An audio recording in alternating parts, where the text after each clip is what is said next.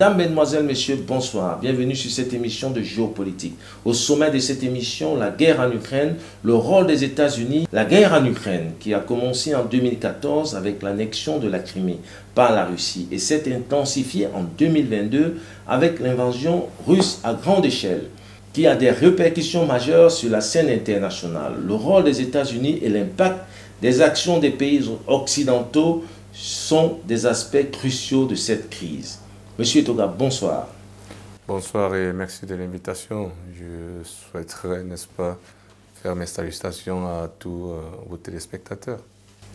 Les États-Unis ont porté un soutien militaire et financier à l'Ukraine, une aide militaire substantielle, y compris des armes avancées et des entraînements pour les forces ukrainiennes. Pourquoi l'Ukraine n'a pas réussi à bouger les lignes de défense russes malgré le rôle des États-Unis? Pour répondre directement à la question, je dirais pour deux raisons qui me semblent fondamentales à évoquer ici.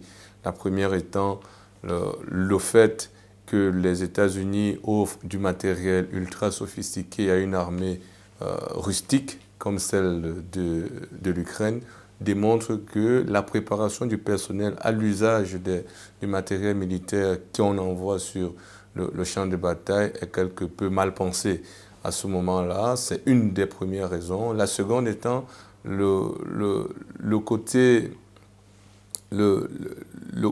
opérationnel, n'est-ce pas, de l'usage de ces engins-là qui pose problème dans la mesure où la pensée stratégique de comment mener la guerre avec usage d'un matériel ultra sophistiqué au regard de la non-expérience des militaires ukrainiens à faire usage de ces armes-là, donc un processus de formation qui prend du temps et qui doit les former naturellement, le pourvoyeur d'armes. À ce moment-là, est-ce que les Ukrainiens ont eu la capacité de faire le paiement nécessaire pour la formation de leur personnel, l'envoi des militaires américains sur le territoire ukrainien pour former ce personnel-là? Et donc, tout ça, il fallait penser, et le temps court qui n'aide pas, n'est-ce pas, les puissances occidentales, en particulier la puissance américaine, à mieux préparer l'armée ukrainienne à faire face à la puissance russe. Au-delà de ça, on va aussi évoquer ici, au-delà des deux raisons, j'ai envie de dire, on va évoquer ici la capacité, n'est-ce pas, de la Russie à juger et à juguler l'ensemble des efforts stratégiques, de la pensée idéologique et de comment mener la guerre. Il a bien appris là de faire la guerre de Sun Tzu.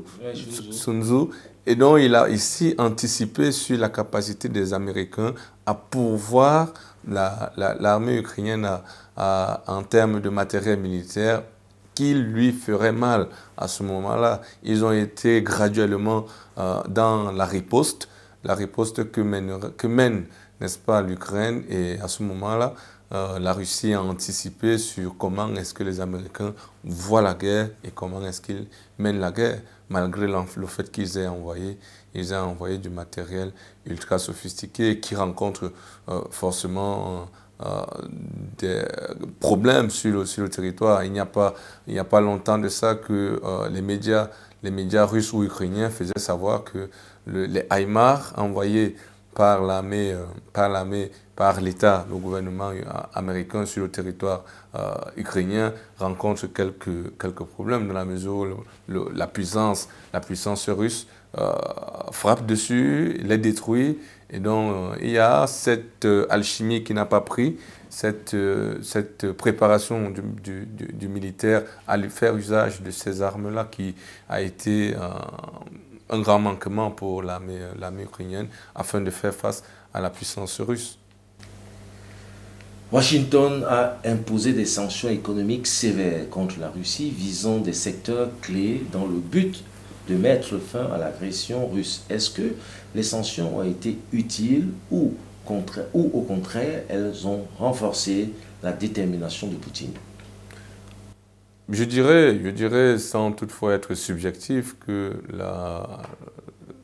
ces sanctions-là ont, d'un point de vue occidental, diminué la capacité du président russe à faire face à ses ambitions qu'il qualifie de belliqueuses, d'expansionnistes. Et donc, du point de vue des analystes objectifs, comme Mongrenier, je pense, il fait savoir que les sanctions dont subit la Russie n'ont pas forcément eu un impact sur son économie, un impact sur la pensée de comment mener la guerre, un impact sur, n'est-ce pas, la motivation du personnel ou un impact à revoir les objectifs fixés par le président russe quant à comment est-ce qu'il va démilitariser l'Ukraine, comment est-ce qu'il va faire respecter le russe partout où besoin sera, comment est-ce qu'il va dénazifier l'Ukraine. Rappelant ces objectifs-là, on voit bien que c'est toute une pensée stratégique et une pensée opérationnelle qui a permis à la Russie d'arriver où elle en est aujourd'hui. Si elle met en déroute tout l'arsenal, j'ai envie de dire, l'arsenal occidental sur le champ d'opération de l'Ukraine, on voit bien qu'ici, il y a eu une pensée stratégique. Comme vous l'avez bien rappelé en début de cette émission, depuis 2014, les sanctions pleuvent sur la Russie et cela renforce, n'est-ce pas, non pas seulement la détermination du président russe à renforcer, n'est-ce pas, l'unité nationale, à renforcer l'appartenance à la patrie, à renforcer le nationalisme, à renforcer, n'est-ce pas, l'amour pour la patrie auprès, n'est-ce pas, de sa population qui comprend les enjeux et qui joue le jeu pour arriver à contrecarrer, n'est-ce pas, les velléités expansionnistes, n'est-ce pas, des puissances occidentales, comme ils aiment bien à l'appeler l'Europe collective. Or, les Européens eux-mêmes, ils aiment à s'appeler l'Europe collective. Donc, c'est tout dire. Quand on voit bien ici que les puissances occidentales ont eu à penser que la Russie serait considérée comme un paria au niveau de la scène internationale, mais rendu à nos jours, on voit bien que le président Poutine, au-delà des sanctions, a conforté, n'est-ce pas, son économie, a conforté sa capacité à répondre à la désinformation qui pleuvrait sur son pays, en ce sens qu'il a, n'est-ce pas, au fil du temps, financé les médias comme Sputnik, RT et j'en passe, pour préparer la riposte et à contrecarrer la propagande occidentale auprès de sa population. Et ceci étant fait, vous voyez que la manière que les Occidentaux essayent de prendre l'affaire ukrainienne démontre que le président russe a une longueur d'avance sur ces analystes-là. Et aujourd'hui, on se rend à l'évidence qu'il ne faut aucunement considérer le russe comme celui qui était à la perestroïka, donc celui-là qui recherche à s'affirmer, qui vit sous la coupole occidentale, qui respecte ipso facto le droit international. On voit aujourd'hui que le droit international est challengé. Ceci pourquoi? Parce que le président russe a travaillé à ce que le rapport de force entre les États de la communauté internationale, on va les appeler ainsi, chapeautés par les États-Unis, soit d'égale mesure. Et cela permet d'avoir une marge de manœuvre au regard aussi des relations qu'ils tissent. J'espère qu'on reviendra là-dessus, au regard des relations qu'ils tissent avec les pays partenaires. Certains analystes vont plus loin en parlant de pays alliés. Et donc, vous voyez ici que ce rapport de force-là diminué permet de faire face, n'est-ce pas, aux diktats que voudraient imposer les impérialistes, comme lui-même aime à qualifier les États-Unis sur la scène internationale. Donc les sanctions, pour faire simple, les sanctions ont eu d'un point de vue, si on prend le paradigme, la définition du paradigme selon la théorie de Thomas Kuhn, le paradigme, si on se situe dans le champ lexical occidental, on va dire que l'analyse des sanctions a eu un impact sur la destinée des ambitions du président russe. Si on prend, n'est-ce pas, les sanctions dans un champ paradigmatique russe, on va se rendre compte qu'ils minimisent, n'est-ce pas, l'influence des sanctions sur la vie nationale russe. Ceci étant, chercheur objectif qu'il faut être, il faut, n'est-ce pas, ici, non pas minorer les sanctions, mais considérer que la Banque mondiale, une institution comme celle-là, a commis un rapport qui tend à démontrer que malgré les sanctions, l'économie russe perdue se développe, est stabilisée. Et donc, quoi de mieux pour montrer ici que la Russie a su maîtriser l'ensemble des sanctions qui lui ont été imposées. La diplomatie américaine a joué un rôle central dans la consolidation du soutien international à l'Ukraine, mobilisant les alliés de l'OTAN et d'autres partenaires. Pourquoi cette coalition n'a pas réussi à isoler diplomatiquement la Russie? La coalition est basée sur j'ai envie de dire, une fondation fragile. C'est un géant. On qualifiait la Chine d'antan d'un géant au pied d'argile. Je pense que la coalition aujourd'hui est un géant au pied d'argile dans la mesure où ils n'ont pas pris en considération l'émancipation de la communauté qu'ils souhaiteraient voir sous leur coupole.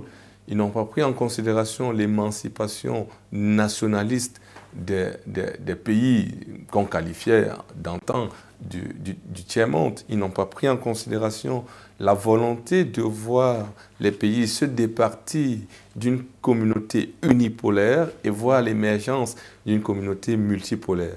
Et donc, faisant ce constat, on se rend à l'évidence tout simplement que la Russie, ayant fait cette analyse depuis 2014 avec l'ingérence manifeste de Catherine Nolan, j'ai envie de la citer à dessein, pour manifester ici le fait que les États-Unis ont eu un mot à dire dans la transition politique au niveau de l'Ukraine.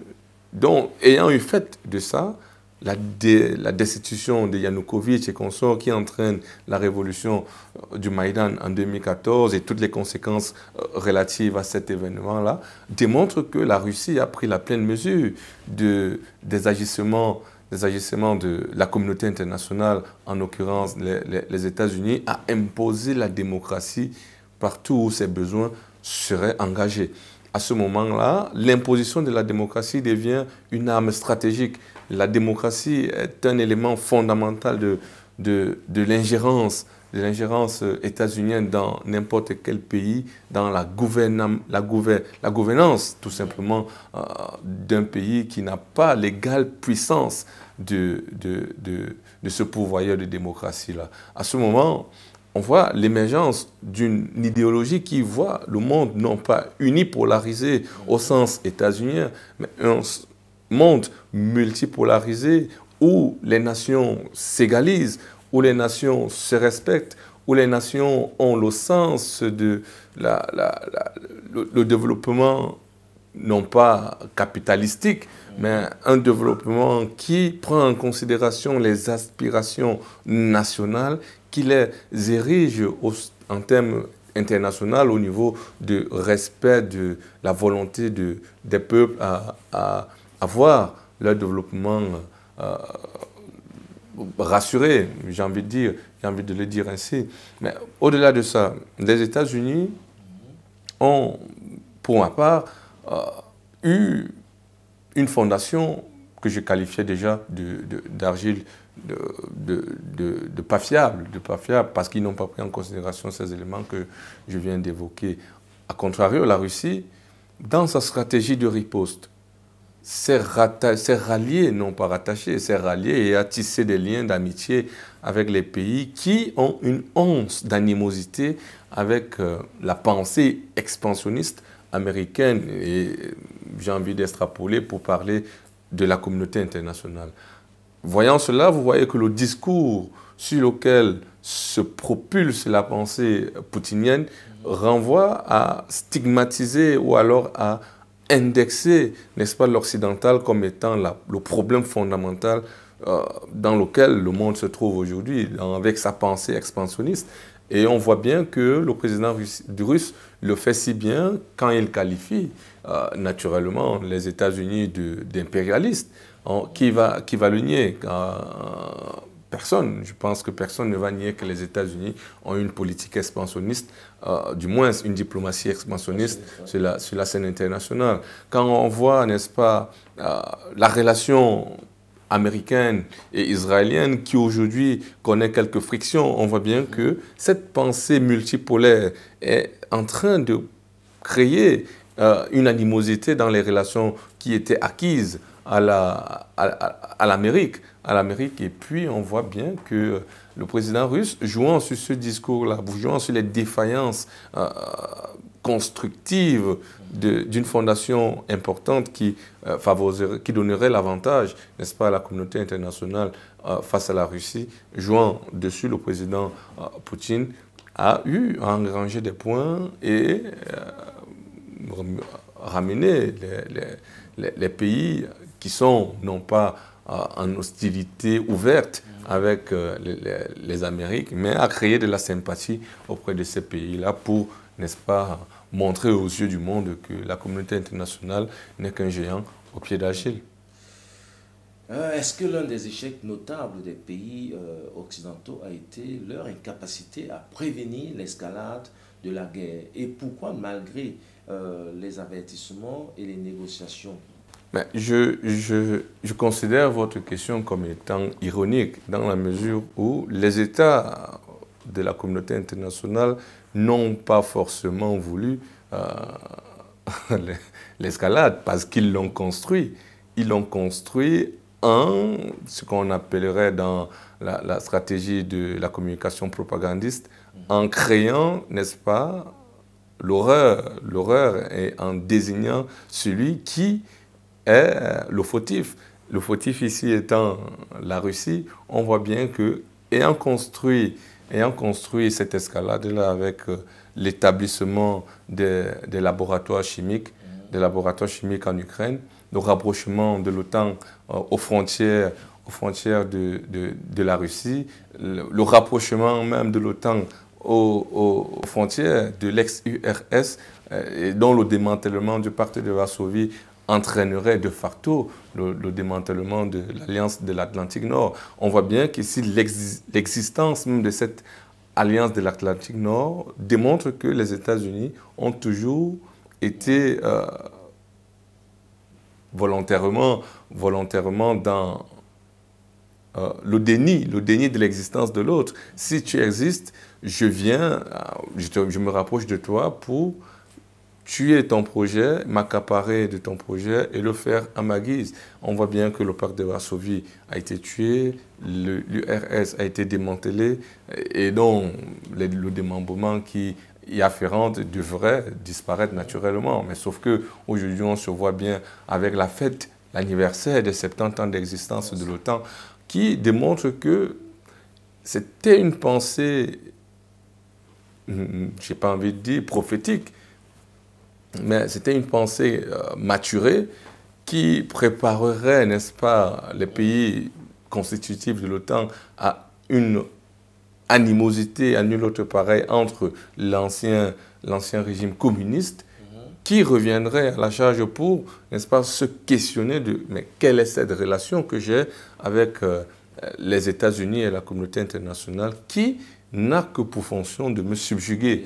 Et donc, à ce moment-là, on voit que la Russie et les pays qui accompagnent cette idéologie multipolarisante de la sphère internationale démontrent que, n'est-ce pas, la communauté internationale, avec l'existence de tous les éléments de tous les éléments constitutifs à la fin de la Deuxième Guerre mondiale et de la guerre froide, montre que la pensée a été à sens unique à ce moment-là. La pensée n'était que américanisante, la pensée n'était que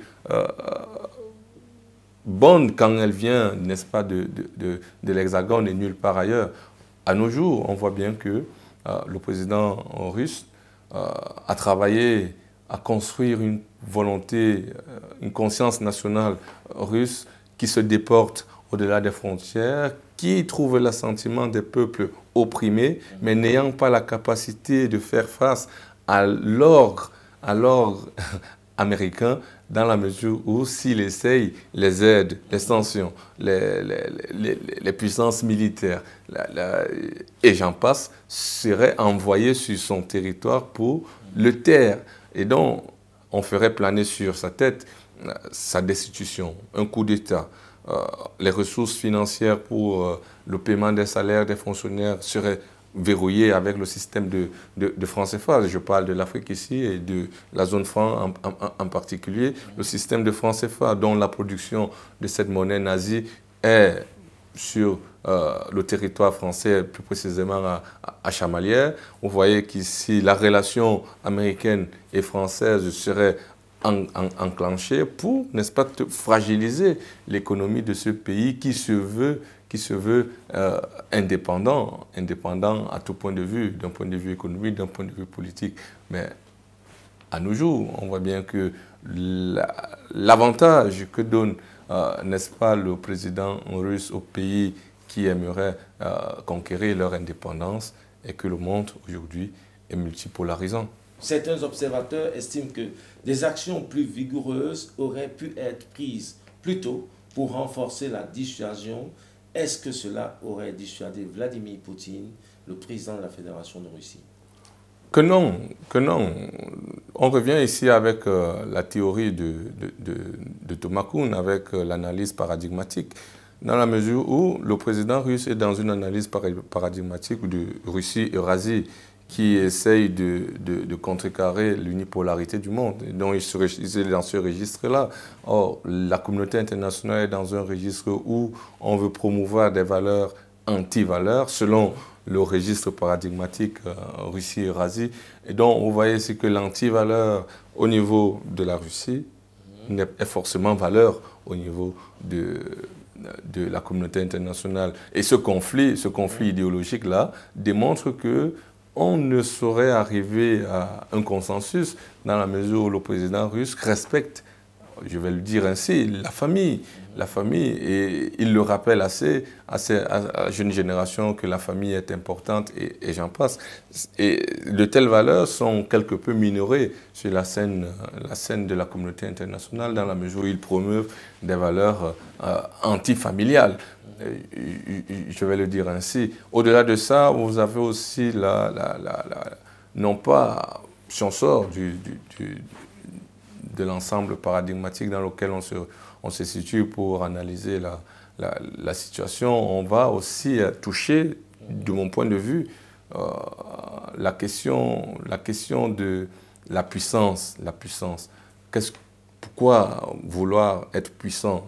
Est-ce pour subjuguer les nations qui n'ont pas cette capacité de puissance, ou alors c'est construire cette puissance-là pour arriver à construire un monde qui trouverait la calmie, comme ça a été le bluffage entre les États-Unis et la Russie pour le démantèlement, la démilitarisation après les années de guerre froide et consorts. Et donc, vous avez vu ce bluffage-là qui aujourd'hui montre que le financement, la course à l'armement est relancée. Et donc, toutes les notions développées à cette période-là sont en berne. Et donc, vous voyez ici que la communauté internationale, la Russie, les pays africains et j'en passe, sont dans une impasse dans la mesure où ils n'arrivent pas à trouver un équilibre international qui aiderait à construire une diplomatie internationale de collaboration, une diplomatie internationale qui se base sur la respectabilité des nations, qui se base sur, n'est-ce pas, la commune ambiance, j'ai envie de dire ainsi. Mais au-delà de ça, vous avez des nations qui veulent imposer leur diktat sur l'existence des nations. Et le rempart actuel n'est que la Russie qui arrive aux portes de la Centrafrique, qui elle-même a vu sur son territoire l'existence depuis les indépendances à nos jours. La France qui l'accompagnait, je ne sais pas à quoi, peut-être à fouiller l'or. Vous avez au Congo le soutien manifeste des Amériques à Paul Kagame avec le M23 qui s'accapare déjà des territoires congolais.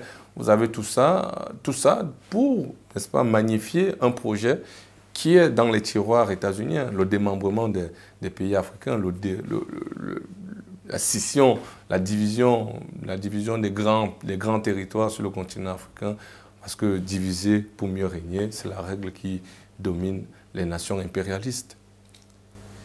Quels ont été les principaux objectifs de la Russie en lançant cette guerre et dans quelle mesure ont-ils été atteints jusqu'à présent? Je rappelais déjà les objectifs dans une des précédentes questions, mais je vais m'atteler à le faire ici. La démilitarisation, la dénazification et le respect du russe partout où il se trouve. Vous savez bien que la Rada avait interdit la langue russe sur le territoire ukrainien. Et donc la russophobie a pris de l'ampleur et l'objectif était de faire respecter naturellement le russe et de le protéger.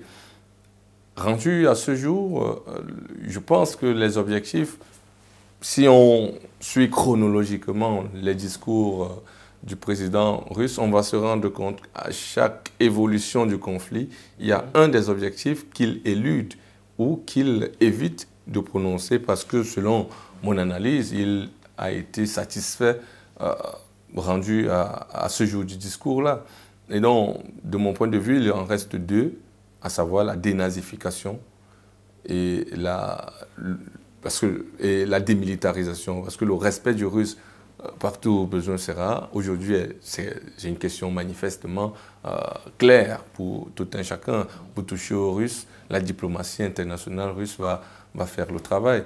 Et donc, vous voyez ici que le président russe, en énonçant ces trois objectifs fondateurs de l'opération militaire spéciale au niveau de l'Ukraine, a construit quelque chose de fort qui a choqué la communauté internationale, mais qui a rapproché les nations auprès de la Fédération de Russie, dans la mesure où, je ne sais pas si on a déjà parlé de comment est-ce qu'il se construit ces alliances, pourquoi est-ce qu'il n'est pas en hostilité avec l'ensemble des nations parce qu'il a bafoué le droit international, tout simplement parce que le discours qu'il tient réconcilie les nations. Le discours qu'il tient est rapprochant. Le discours qu'il tient est, de mon point de vue, un élément fondateur de sa non-isolation, de la politique isolationniste que voudraient voir les États-Unis vis-à-vis de la Russie n'est pas prise en compte.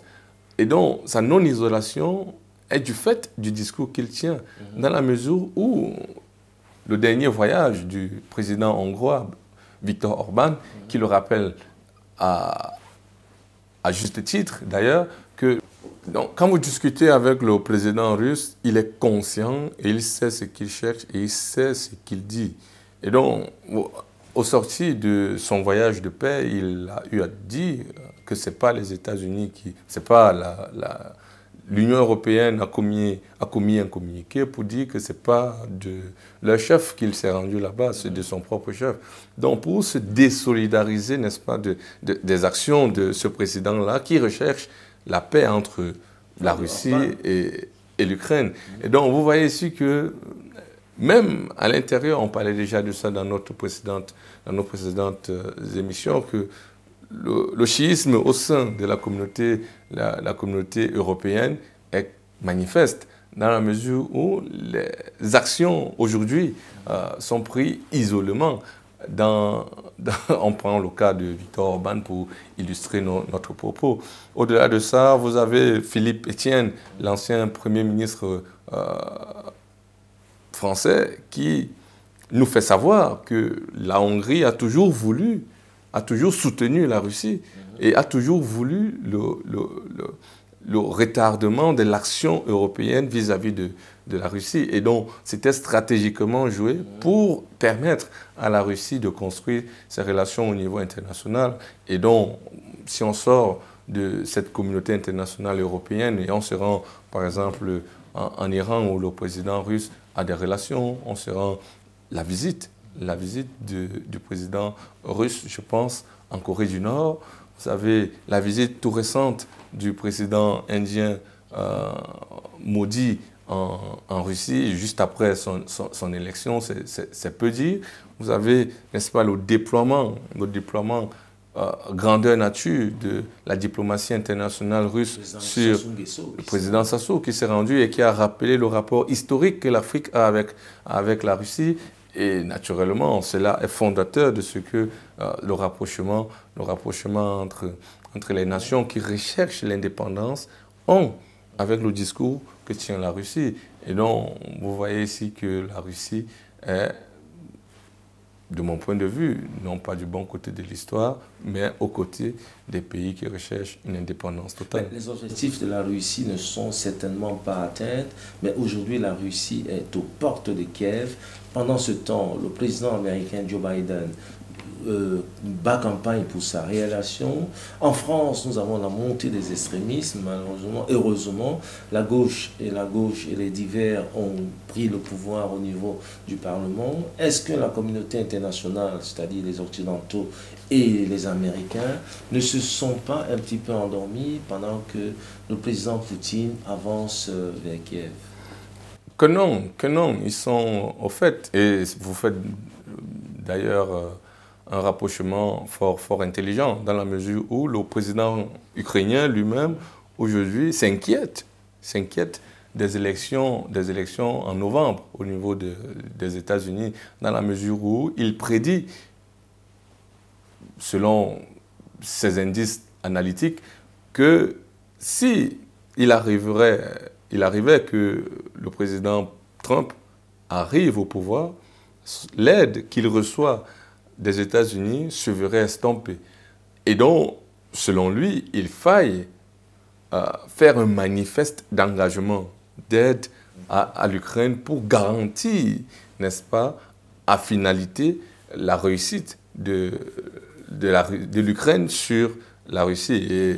Et n'est-ce pas, le président en campagne, on va appeler Joe Biden ici, qui lui-même est remis en cause au sein, n'est-ce pas, de l'establishment politique américain, a promis d'envoyer des systèmes de défense aérienne au président ukrainien. C'est dire que l'ampleur de la guerre prend une autre tournure et montre que la Russie, au-delà du fait qu'on nous tourmente, on nous tourbillonne dans des divers genres, Coupe européenne, Jeux olympiques, et j'en passe, parce que même la population était dans une lassitude totale à écouter uniquement l'information qui nous vient du conflit russo-ukrainien. On se rend compte qu'aujourd'hui, la Russie continue de pilonner. C'est le pape qui condamnait déjà le bombardement d'un hôpital d'enfants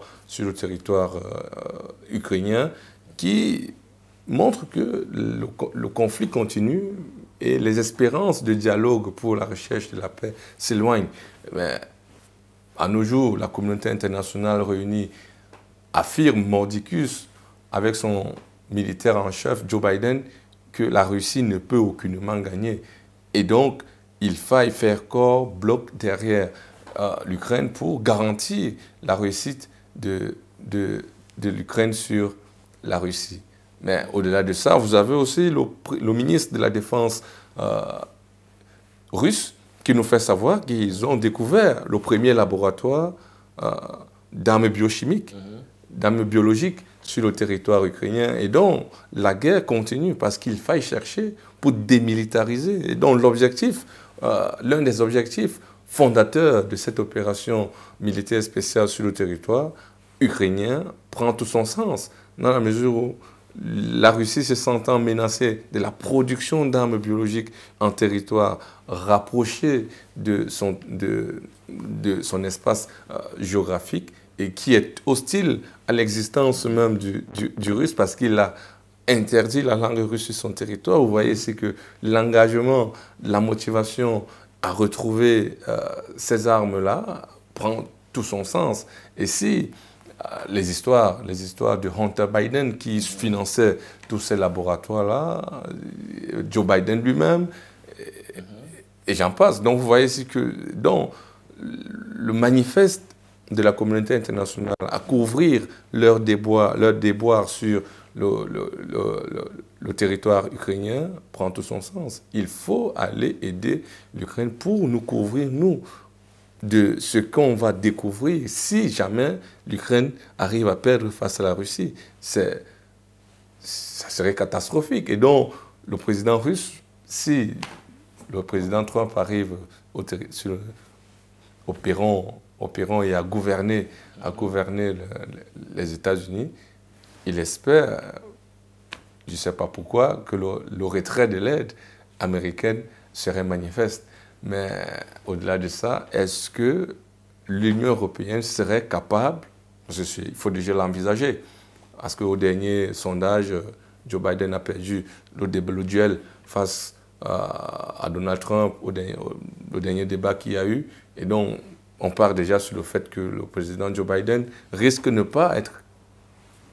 pas passer pour un second mandat. Et donc, comment se comporterait la communauté internationale vis-à-vis de l'Ukraine? Est-ce qu'ils continueraient à donner de l'argent qu'ils n'en ont pas? Parce que, est-ce qu'ils recevront les ordres de Donald Trump qu'ils voient en diable? Là est toute la question. Et donc, le sommet du G7 qui se tient à l'heure actuelle démontre qu'ils sont dans l'impasse et il faille faire vite. D'où l'envoi des systèmes anti-aériens pour, une fois de plus, est-ce qu'ils ont formé le personnel?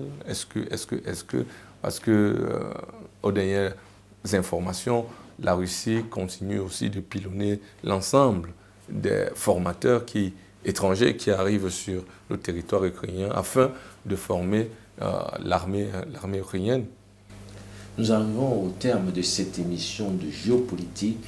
Quel rôle la résistance ukrainienne et le soutien international a-t-il joué dans la dynamique du conflit et comment cela influence-t-il la perception d'une éventuelle victoire russe? Pour vous répondre, je prendrai la question sous un angle global et international. Je ne vais pas confiner ma réponse à uniquement la Russie et l'Ukraine. Je vais aller au-delà des frontières et analyser comment est-ce que cette riposte-là a construit la perception que le citoyen lambda du monde se fait du rapport de force entre les États-Unis et la Russie. Parce que, rendu à nos jours, la Russie ne combat pas l'Ukraine, elle combat la communauté internationale. Et donc, la perception créée face à ce conflit est choquante dans la mesure où elle met aux yeux du monde la faillite, n'est-ce pas, de la communauté internationale, la faillite des dires de la communauté internationale et la capacité à faire respecter ce qu'elle décide prend un coup dans la mesure où elle n'arrive pas à faire respecter son agenda au niveau de l'Ukraine. Et d'où vous avez le pendant qui est arrivé sur le continent africain avec le chassement, le mot que les Camerounais aiment bien entendre à l'heure actuelle, le chassement des militaires français sur le territoire du Niger, des militaires américains sur le territoire du Niger. Mais devinez quoi, ça c'est un scoop des dernières minutes. Ces militaires sont logés aujourd'hui, non pas les militaires français, mais les militaires américains ont trouvé refuge, non pas loin du Niger, mais tout près, à côté d'un de vos amis journalistes. J'ai envie de dire ici le président Ouattara, dans la Côte d'Ivoire. Et donc, vous voyez ici qu'ils ont toujours des alliés qui ont pris fait cause pour le combat occidental, et d'autres, comme le président Denis Sassou Nguesso, que vous rappelez fort bien, lui qui a pris fait cause pour le combat de la multipolarité internationale. Et donc, ce conflit-là a eu un impact sur la perception de comment est-ce que le citoyen observe la scène internationale, de comment est-ce qu'il s'abreuve de l'information au niveau international, de comment est-ce que la Russie fait face à l'hydre international. Et donc, et comment ce rapprochement peut être fait par rapport à nos pays qui sont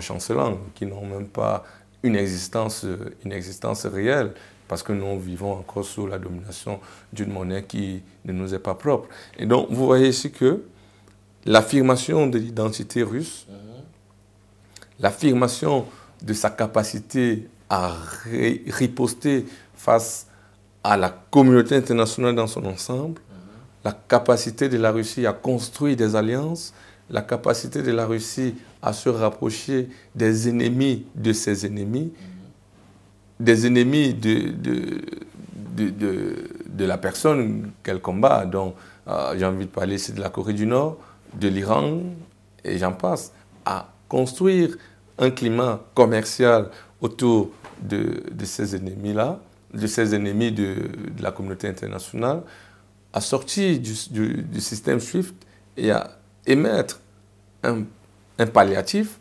à créer le mois d'août.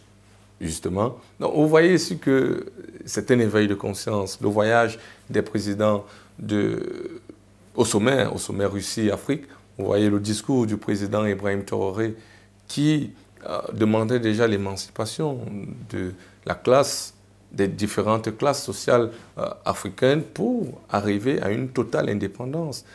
Lui-même aime à le rappeler, la patrie ou la mort nous vaincront. Ça a tout son sens à nos jours, parce que le président Poutine, lui aussi, il est dans la Russie gagne ou elle n'existe plus. Parce que si les armes biologiques, le rapprochement, l'implémentation de l'idéologie otanienne sur le territoire ukrainien, c'est la fin de la Russie, parce que on se rappelle de la période des téléphones rouges avec le Cuba et les États-Unis qui ont trouvé une réponse que nous souhaitons pour l'Ukraine et la Russie aujourd'hui. C'est sur ces mots que s'achève cette émission de géopolitique. La guerre en Ukraine reste un défi majeur pour la communauté internationale. Le rôle des États-Unis et des pays occidentaux est crucial dans la poursuite du soutien à l'Ukraine et dans la recherche d'une solution durable au conflit. Cependant, les échecs à terme de prévention et de réponse initiale soulignent la complicité des enjeux géopolitiques et les difficultés à coordonner une action collective efficace face à une crise de cette ampleur. À très bientôt.